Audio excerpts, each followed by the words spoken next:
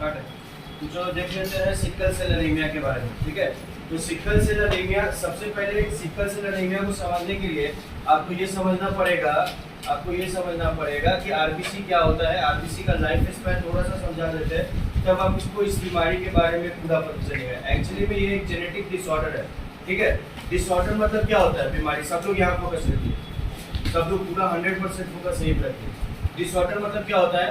बीमारी होता है। तो बीमारी जो है वो क्यों होता है, उसका कुछ इफेक्ट्स होता है, वो सारा चीज इसमें देखने वाला है, ठीक है।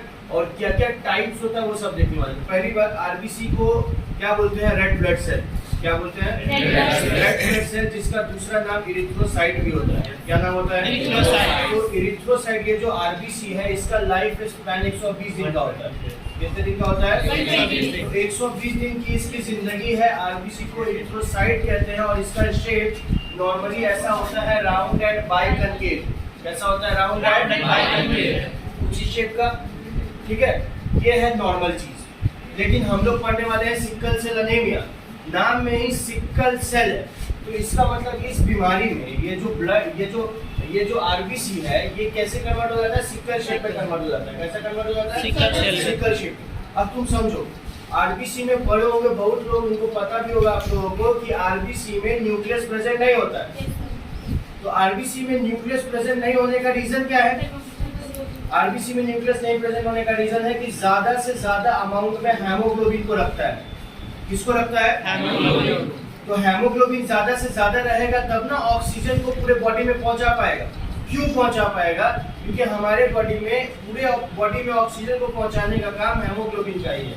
किसका है? हेमोग्लोबिन। तो हेमोग्लोबिन ऑक्सीजन के साथ बॉन्ड बनाता है और ऑक्सी हेमोग्लोबिन बनाता है। क्या बनाता है? बोलो। ऑक्सी हेमोग्लोबिन बना करके पूरे बॉडी में हेमोग्लोबिन। तो इसका मतलब आरबीसी का जो शेप है वो इस तरीके से डिजाइंड है कि ज्यादा से ज्यादा हेमोग्लोबिन इसमें स्टोर हो जाए। क्या हो जाए? ज्यादा से ज्यादा हेमोग्लोबिन स्टोर हो जाए। तो मतलब आरबीसी थोड़ा फूला हुआ है ताकि ज्यादा से ज्यादा आरबीसी इंटेक करे। अगर ये इस शेप का हो जाएगा तो क्या उस अमाउंट में हेमोग्लोबिन को रख पाएगा? क्लियर कट साइकोलॉजिकल चीज नहीं रख पाएगा। तो इसका मतलब बॉडी में डायरेक्टली इतना तो पता चल गया कि ऑक्सीजन का कमी होने वाला है, क्योंकि हेमोग्लोबिन का कमी हो जाएगा। तो ये बीमारी क्यों होता है पहले वो देख लेते हैं, उसके बाद देखेंगे कॉज या बाकी सारी चीजें। तो ये जो सिकल सेल एनीमिया है, इसमें लिखा गया कि ये रिजल्ट है पॉइंट म्यूटेशन का। किसका रिजल्ट है? जो भी पॉइंट लिखा है बोर्ड पे वो एग्जाम में आ सकता है, इसीलिए बारीकी से समझना है। पॉइंट म्यूटेशन यहाँ पे भी समझा देंगे, यहाँ पे। तो इतना समझ लो कि ये किसका रिजल्ट है? पॉइंट म्यूटेशन या जीन म्यूटेशन का रिजल्ट है।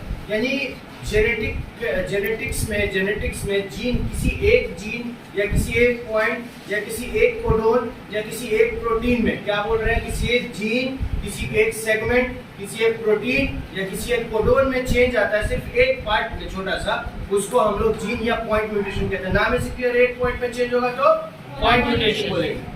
तो आरबीसी का नॉर्मल शेप कैसा है? Round and biconcave. Affected RBC यानी जिसको बीमारी हो गया है, जिसको जो सिकल शेप का हो गया है, ऐसा हो गया है, वो कौन सा शेप ले लेगा? सिकल शेप ले लेगा। क्लियर है चीज? पहली बात, तो अब हम लोग को कॉज देखना है। कॉज मतलब होता कैसे ये बीमारी? तो कॉज क्या है? इसका कॉज क्या है? Point mutation. क्या कॉज है? पॉइंट म्यूटेशन कैसे होता है? अच्छा, ये जो सीक्वेंस हम इतना लंबा, हम छोटा सा जीएजी भी लिख सकते थे, लेकिन हम पूरा इसलिए लिखे क्योंकि ये नीट के प्रीवियस ईयर क्वेश्चन में इस तरीके से ही दिया हुआ है कि सिकल सेल एनीमिया में कैसे होता है। सबसे पहले देखिए, एक चीज समझ लीजिए कि हेमोग्लोबिन जो नॉर्मल जीन होता है, हेमोग्लोबिन के लिए वो एचबी है। क्या है? बोलो। एचबी है। तो जो नॉर्मल आरबीसी होता है, जिसका शेप नॉर्मल है, राउंड एंड बाइकनकेव है, तंदुरुस्त है, उसके लिए ए जीन होता है। क्या होता है? एचबी ए। कौन सा? एचबी ए। सिर्फ ए नहीं, एचबी ए। और जो सिकल के लिए होता है वो क्या होता है? एचबीएस। क्या होता है? एचबीएस। ठीक है। तो मान लेते हैं सबसे पहले नॉर्मल जीन में हमारा कोडोन है GAG। क्या है? बोलो। GAG। G का मतलब है ग्वानिन, A का मतलब एडेनिन और G का मतलब भी फिर से ग्वानिन। तो एक चीज समझ लो, ग्वानिन के जगह पे साइटोसिन आता है, एडेनिन के जगह पे थाइमिन आता है, और फिर ग्वानिन के जगह पे यानी GC के साथ बॉन्ड बनाता है, A T के साथ बॉन्ड बनाता है। इसका वाइस वर्सा, T A के साथ बनाता है और C G के साथ बनाता है। क्लियर? तो इतना दूर तक डीएनए की बात हुई है, इसीलिए डीएनए के हिसाब से किया। कैसे पता लगा कि डीएनए की बात हुई है? अगर आरएनए होता तो थाइमिन थोड़ी होता। तुम्हारा थोड़ा सा बेसिक क्लियर होगा तो तुम्हें भी समझ में आने लगेगा। बस यही पॉइंट में दिक्कत होगा और किसी पॉइंट में दिक्कत नहीं होगा, लेकिन फिर भी समझने का प्रयास करो कि जी में ए की जगह पे टी, जी की जगह सी, जी की जगह सी, इतना तो समझ आ गया ना। तो यहाँ पे थायमीन है, लेकिन अब यहाँ पे हमने लिख दिया मैसेंजर आरएनए। मैसेंजर आरएनए का मतलब क्या हुआ? आरएनए का नाइट्रोजन बेस आएगा, किसका आएगा? और आरएनए का नाइट्रोजन बेस क्या होता है? ए यू जी टी, जी और सी क्या आता है? ए यू जी सी, यानी कि एडेनिन, यूरासिल, ग्वानिन, साइटोसिन। यानी बस थायमीन की जगह पे साइटोसिन आ जाता है, थायमीन की जगह पे क्या आता है? सॉरी, यूरासिल आ जाता है। क्लियर है चीज? थायमीन की जगह पे यूरासिल। तो ये जो मैसेंजर आरएनए है, यहाँ पे देखो साइटोसिन की जगह थायमीन आएगा, आएगा ना। और थायमीन है, थायमीन की जगह पे क्या आएगा? एडेनिन। बताया टी की जगह पे ए की जगह पे टी, सी की जगह पे जी, जी की जगह पे सी, तो सी की जगह जी आ गया, टी की जगह ए आ गया, सी की जगह जी आ गया। कोई दिक्कत नहीं, ये नॉर्मल है। यानी कि आपका जीन अगर ऐसा रहेगा तो आप नॉर्मल है, आपको कोई बीमारी नहीं है सिकल सेल ब्लड से रिलेटेड। क्लियर है चीज? लेकिन अब होगा पॉइंट म्यूटेशन। क्या होगा? पॉइंट म्यूटेशन कौन से चेन में होगा? तो याद रखिएगा कि ये होगा बीटा ग्लोबिन चेन में। कौन से चेन होगा? Beta globin chain. और प्रोटीन का नाम क्या होगा? Globin protein. कौन से चेन में चेंज आ रहा है? ये चेन कौन सा है? बोलो। Beta globin chain. कौन सा चेन? प्रोटीन का नाम ग्लोबिन प्रोटीन। तो देखो जी है, यहाँ पर चेंज हो गया। देखो क्या बन गया? GTG बन गया। क्या बन गया? टी के, तो जी के जगह ए के जगह टी आ गया, तो अब तो सीक्वेंस चेंज होगा। तो जी के जगह सी आ गया, टी के जगह ए आ गया, जी के जगह ए आ गया। तो जो यहाँ पे CTC था वहाँ पे CAC हो गया। और जो यहाँ पे GAG था, देखो तो यहाँ साइटोसिन का तो ग्वानिन लिखेंगे, लेकिन एडेनिन का तो यूरासिल लिखेंगे ना। एडेनिन का क्या लिखेंगे? क्योंकि किसका है कोडोन? आरएनए का है। किसका है बोलो? कह रहे हैं चीज। डीएनए का होता तो क्या लेते? थायमीन। क्या लेते? लेकिन आरएनए का तो क्या ले रहे हैं? यूरासिल। और यहाँ पे सी की जगह क्या आ गया? तो बेसिक फंडामेंटल क्या है कि होना चाहिए था GAG, और हो गया क्या? लेकिन ये सीक्वेंस पता होना चाहिए क्योंकि नीट का क्वेश्चन रहेगा। पता कि सिकल सेल एनीमिया में क्या हो जाएगा? तो बोलिएगा GTG, CAC और GUG। यार रटना नहीं है, एक बार याद कर लो GTG, इसका उल्टा कर दो, फिर इसका उल्टा कर दो, ये याद कर लो सीधे। ये सबको याद हो जाता है कि GUG, तो इसका एक उल्टा, फिर इसका एक उल्टा। क्लियर है चीज? GUG है तो यहाँ पे क्या हो जाएगा? CAC, CAC। क्लियर है चीज? तो ये हुआ पॉइंट म्यूटेशन। तो GUG की जगह देखो, हर कोडोन का काम होता है अमीनो एसिड को कोड करना। हर कोडोन का काम क्या होता है? मैसेंजर आरएनए का जो भी कोडोन होता है, GAG हो या GUG हो, सब का सब अमीनो एसिड को कोड करता है। क्लियर है चीज? तो अमीनो एसिड कौन सा? पहले नॉर्मल जीन के लिए कौन सा नॉर्मल अमीनो एसिड है? ग्लूटामिन। लेकिन सिकल सेल के लिए कौन सा है? बोलो। वेलाइन। कौन सा है? तो पॉइंट म्यूटेशन का रिजल्ट क्या है? पॉइंट म्यूटेशन का निचोड़ ये है, GAG की जगह GUG आ गया, और ग्लूटामिन की जगह वेलाइन आ गया, यही ना। और कौन से जीन पर आया? 6th जीन पर आया। कौन से पोजीशन पर? 6th पोजीशन पर। 6th पोजीशन पर आया। क्लियर है चीज? और कौन सा प्रोटीन है? वो ग्लोबिन प्रोटीन। जहाँ पे ग्लूटामिन की जगह पे क्या आ गया? इतना क्लियर हो गया? इस बोर्ड की सारी चीजें क्लियर है? किसी को कोई डाउट? आगे बढ़े। अब देखिए इस केस में, अभी इधर आ जाइए।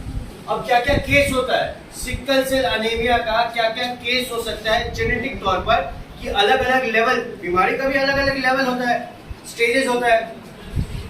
तो सबसे पहले जो हम बताए थे कि नॉर्मल जीन क्या था? HbA। क्या बताए थे? तो यहाँ पे HbA तो नॉर्मल शेप का होगा। इस केस में 100% ब्लड नॉर्मल शेप का होगा। 100% क्या होगा? नॉर्मल शेप का होगा। यानी कैसा शेप होगा भैया? राउंड एंड बाइकनकेव होगा। इसमें क्या बीमारी होगी? कोई बीमारी नहीं होगी। यानी यहाँ पर पॉइंट म्यूटेशन नहीं हुआ है।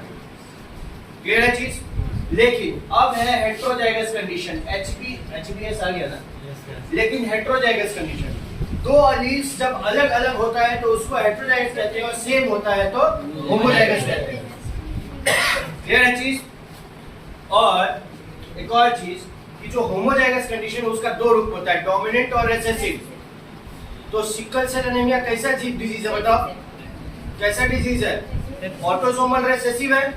तो ऑटोसोमल पहला ही लाइन लिखा हुआ है कि ये रिसेसिव डिसऑर्डर है। कैसे है वो बताते हैं। पहला हेट्रोजाइगस कंडीशन HbA HbS में, हेट्रोजाइगस कंडीशन में 50% ब्लड जो है वो नॉर्मल शेप का हो सकता है। 50% ब्लड क्या होगा? यानी ऐसा शेप का होगा। और 50% जो है वो सिकल शेप का हो जाएगा, यानी कि 50% ऐसा ब्लड रहेगा और 50% ऐसा, 50% नॉर्मल, 50% सिंगल शेप। अब इसमें दिक्कत क्या है? दिक्कत ये है कि इस स्टेज में हेटेरोजाइगस केस में ऑर्गेनिज्म कैरियर बन जाता है। क्या बन जाता है? कैरियर, यानी बीमारी को एक जनरेशन से दूसरे जनरेशन में ट्रांसफर करता है। तभी तो ये जेनेटिक डिसऑर्डर है ना, आनुवंशिक बीमारी है, यानी एक जनरेशन से दूसरे जनरेशन में चला जाएगा। तो एक जनरेशन से दूसरे जनरेशन में कब जाता है? हेटेरोजाइगस कंडीशन में ये इंडिविजुअल कैरियर होगा। क्लियर है चीज? और अगला है HbS में 100% जो ब्लड है वो सिकल शेप हो जाएगा। कौन से शेप हो जाएगा? और सिकल शेप हो जाने के कारण क्या होगा? बोलो तो। सिकल शेप हो जाने के कारण क्या होगा? हेमोग्लोबिन जो है वो सिकल शेप का हो जाएगा। सिकल शेप होने का इफेक्ट क्या होगा? आरबीसी का पुअर फंक्शनिंग। आरबीसी का जो काम था हेमोग्लोबिन ज्यादा से ज्यादा स्टोर करना, कर पाएगा? नहीं कर पाएगा, क्योंकि तो ये लंबा और पतला हो गया है, तो जगह नहीं रहेगा तो कहाँ स्टोर करेगा? पहला चीज। दूसरा चीज कि हेमोग्लोबिन कम हो गया तो ऑक्सीजन भी कम हो जाएगा, और पूरे बॉडी में ऑक्सीजन की जब कमी होगी तो काम करने में बनेगा, जल्दी थक जाएगा। इसके लिखे इजीली गेट्स टायर्ड। हेमोग्लोबिन पुष्ट होना चाहिए पूरा। कितना हेमोग्लोबिन होता है बॉडी में? 12 से 16 ग्राम हर 100 ml ब्लड में। हर 100 ml ब्लड में कितना हेमोग्लोबिन होना चाहिए? 12 से 16 ग्राम। लड़का हो या लड़की हो, डॉक्टर आज ही होकर लड़की लोग को बोल रहा है 10 से 14 होना चाहिए, लेकिन जो यूनिवर्सल है वो 12 से 16 ही है। क्लियर है चीज? और एक्सचेंज ऑफ ब्लड, और ऐसा सिकल सेल ऐसा जिसको हो जाएगा, तो हम शुरू में बताए थे कि आरबीसी का लाइफ स्पैन कितना दिन का होता है? 120 दिन। 120 दिन नहीं लमसम 4 महीना। लेकिन रिस्क नहीं लेने के लिए पेशेंट लोग को हर 2 महीना, 3 महीना, 2.5 महीना, 3.5 महीना में ब्लड को एक्सचेंज कर लेता है। क्या है कि इसका लोग नॉर्मल ब्लड लेगा ऐसा शेप वाला, लेकिन उसमें तो पॉइंट म्यूटेशन हुआ हुआ है, वो फिर सिकल शेप हो जाएगा। तो हो सकता है 2 महीना पर, 1.5 महीना पर फिर ब्लड बार बार चेंज होता रहेगा। सवाल है ऐसा हो क्यों जाता है? पॉइंट म्यूटेशन से होता है, लेकिन पॉइंट म्यूटेशन से ऐसा कौन सा प्रभाव पड़ जाता है कि आरबीसी सेटवे चेंज कर लेता है? ये समझना पड़ेगा। तो इसका लाइन एनसीईआरटी में लिखा हुआ है, ये वाला है कि म्यूटेंट हेमोग्लोबिन, यानी ऐसा हेमोग्लोबिन जिसके अंदर म्यूटेशन हुआ है। कैसा म्यूटेशन हुआ है? Point mutation. कैसा म्यूटेशन? तो जो म्यूटेंट हेमोग्लोबिन है उसमें क्या होता है? पॉलीमराइजेशन। और पॉलीमराइजेशन होगा तो टेंशन क्रिएट होगा। क्या क्रिएट होगा? क्योंकि ऑक्सीजन तो कम है, और ऑक्सीजन कम है तो आरबीसी पे क्या पड़ेगा? टेंशन क्रिएट होगा। टेंशन क्रिएट होने के कारण वो लंबा और पतला हो जाएगा। अच्छा, टेंशन खाली आदमी को नहीं, आरबीसी को भी खाता है, इतना पता चल गया ना? तो वही ना लिख रहा है कि अंडरगोस पॉलीमराइजेशन अंडर लो O2, और टेंशन के कारण इसका शेप जो ऐसा हो जा रहा है। सारा कॉज समझ में आ गया, केसेस समझ में आ गया, इफेक्ट समझ में आ गया, पॉइंट म्यूटेशन समझ में आ गया। किसी को कोई दिक्कत है? ये है सिकल सेल एनीमिया। लेकिन इससे रिलेटेड एक फैक्ट अभी भी है। क्या फैक्ट है?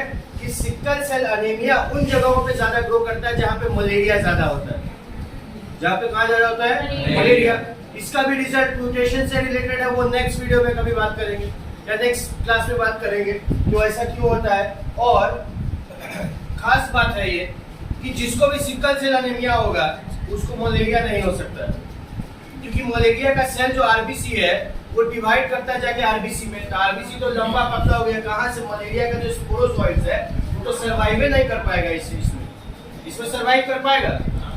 नहीं ना कर पाएगा सर्वाइव। तो सर्वाइव नहीं कर पाएगा तो उस पेशेंट, यही एकमात्र फायदा सिकल सेल एनीमिया का कि उसको मलेरिया नहीं होता है, और कोई बाकी सब नुकसान है। ये चीज समझ में आया सबको? आया समझ में सबको? कोई दिक्कत?